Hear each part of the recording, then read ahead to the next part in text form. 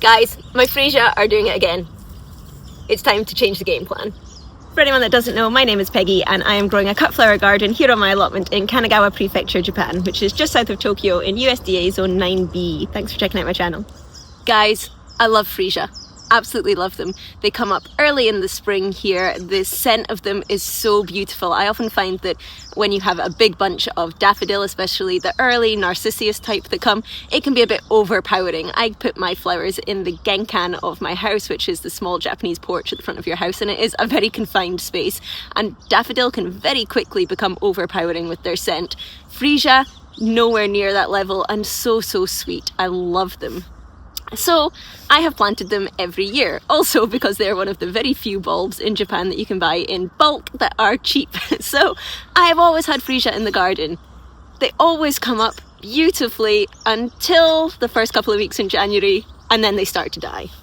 Every time the tips turn this kind of blacky purple colour because they're getting frost damaged, and they just die back, and I get such a poor show of Freesia every year. The first time I grew Freesia, I started them in my garden. I knew I was going to be getting an allotment, but I wasn't getting onto my allotment until May, June time, and I knew that would be too late for the Freesia. So I started them in big planters out on the tiny little deck I have at my back door, and they did pretty well. I got Freesia, I had them in arrangements, and I realised how much I loved them, but I couldn't grow the amount that I wanted. I was getting 1 or 2 stems a week, so they were really just that little bit of pop and sparkle in an arrangement or a bouquet, but even just those 1 or 2 stems gave such a nice aroma off. I absolutely loved them.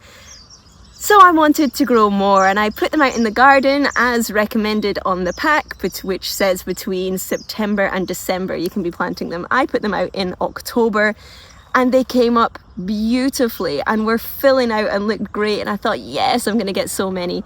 And then, like I say, the February snap hit and they all died, and I got none. They just turned to brown crumbly mush, and I thought, no.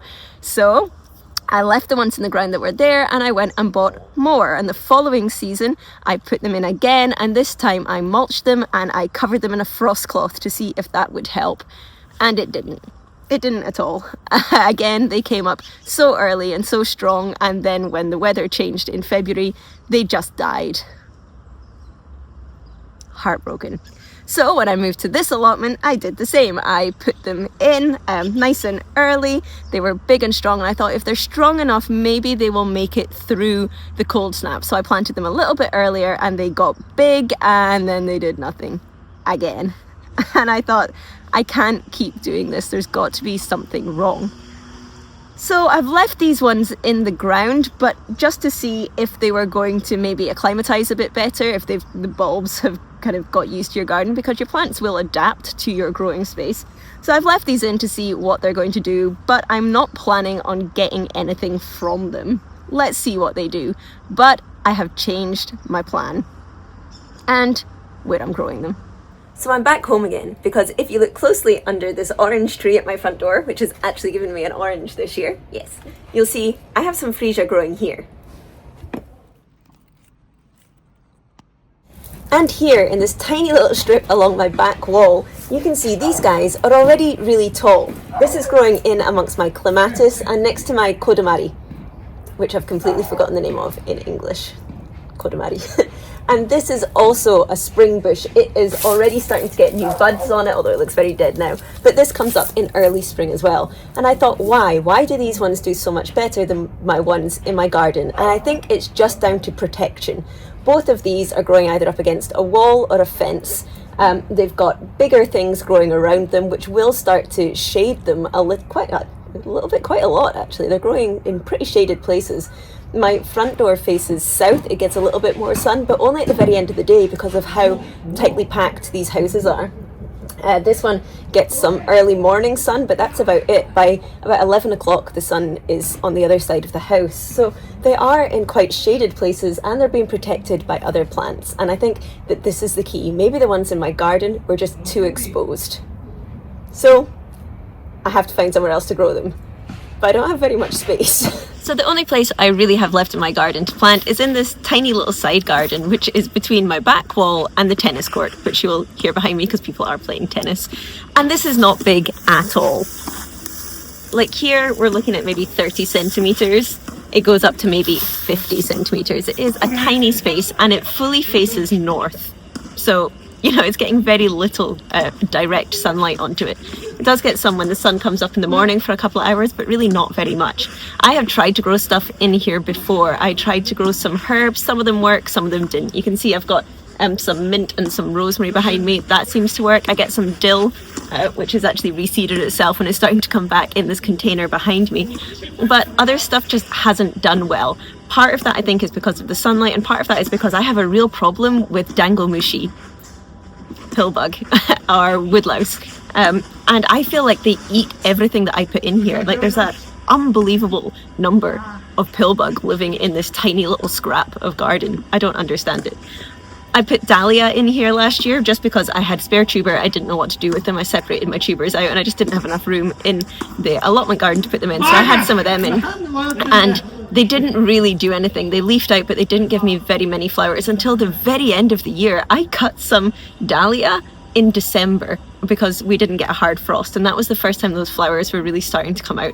I don't know if that'll change. I've just left the tuber in, so maybe they'll do more for me this coming year. I'm kind of hoping they will, but really I've not had a great amount of success. Having said that, I did plant in some seeds, just again leftover seeds that I had, and I seem to be having some scabious and possibly echinacea coming up here, so I'm hoping that maybe that might do something as well. But that leaves me kind of half of this plot to get some freesia in. And it might not be a completely lost cause, because at the end of this I have a yuzu tree, which is kind of like a Japanese lemon, and this year I have got so much fruit off of this tree. So obviously there's enough heat and enough sun for my yuzu to grow. So hopefully that means there's going to be enough for my freesia to grow. Also down here I have some big fern low on the ground here and here. And I have my Japanese maple tree, which, although they are looking pretty sparse now, these will start to leaf out pretty soon. So I'm hoping, thanks to the wall, the big trees, and some of the lower ground ferns and things, that will stop any wind coming through and it'll help keep them a bit more protected. And maybe that is going to be what helps these guys. Let's see. So because I have lost so many freesia in the past, I didn't want to go and buy a massive amount of bulbs. I'm just seeing if they'll grow here, and if they do, then obviously I'll put a lot more in next year. So for this year, I've just gone for 2 bags of 20 bulbs. I have these, which are just your bang standard single freesia, and these, if it'll focus, which are doubles. So same mix of colours and doubles. As you can see, these guys are ready to go. Some of them have actually started sprouting in the bag already. These ones too. I have a couple that have started to sprout. So they want to be in the ground. Also, this tells me I should plant them up until December. I am now mid-January, and this is the first change that I have made. So in previous years, my plan has always been plant the freesia out as early as I can, get them nice and big and strong, and then hopefully they'll be able to last over the winter, and that just hasn't happened. So this time I have deliberately held back.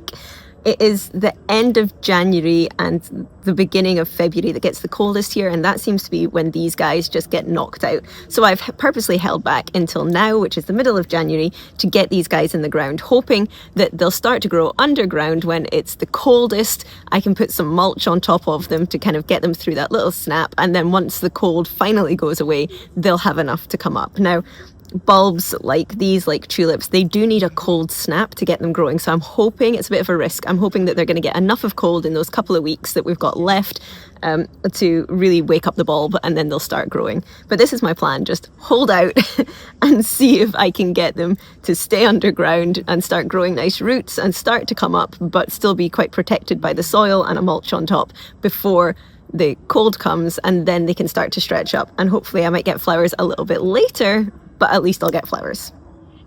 That's my plan.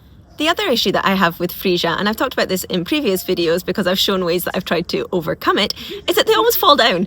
I can never get really nice, big, straight Freesia. They always get a bit floppy. And I have tried corralling them. I have tried putting up nice little string supports for them. I've tried growing them up frames. The ones next to my clematis seem to really enjoy having the clematis frame to hold them up. But nothing has really stopped them from drooping over. And I think that if I can get them to stand taller, hopefully I can get them to grow taller. I saw Freesia for sale last year in my local kind of speciality shop. They were massive. The stems were so long. And I thought, how do you get them that long and that straight and that tall? So that's what I'm going for this year. And I think it's because of how I plant them. So usually with bulbs, the rule is when you plant them, you want to go as deep as the bulb is big. So the bigger the bulb, the deeper you go. But because Freesia are quite small, it means you're only kind of going this far before you start to plant them. And I don't think that's enough. So this time I'm going to plant my Freesia much deeper down and hope that that support from underneath the soil then gives them the strength that they need to be able to hold themselves up higher. So it kind of goes against what you're meant to do with bulbs, but what I've always done didn't work. So this time I'm going to plant these guys deep.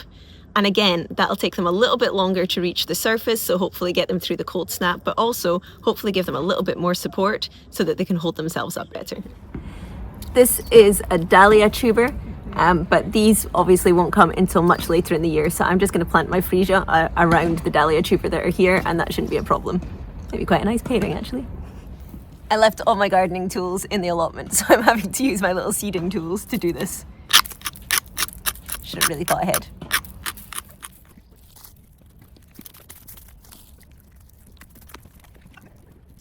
Okay, so that is them all in. Now I am going to mulch them, just really simply, with all of these lovely Japanese maple leaves that I have hanging around. Let's get it all on. Look how pretty that is. So they're all in and they are tucked up nicely in their pretty mulch. I am going to give these guys a water because it has been really dry here. I don't remember the last time that it rained. And then when the shoots start to come up, I will be putting feed on them to try and get really nice strong stems. But will that be enough? That is them in a lot later, a lot deeper, a lot closer together, and in a much more protected yet shadier spot, which does worry me a little bit. Will it be enough to give me Freesia this year? Come on, give me some Freesia this year. If you guys have any tips or tricks for me, please let me know down in the comments. They are always appreciated. If you want to follow along and see how these do, remember to hit the subscribe button below. If you want to see what I do with all my flowers, you can check it out on my Instagram, which is From the Witch's Garden, and there's a link to that below this video as well. And I will see you guys next week. Bye.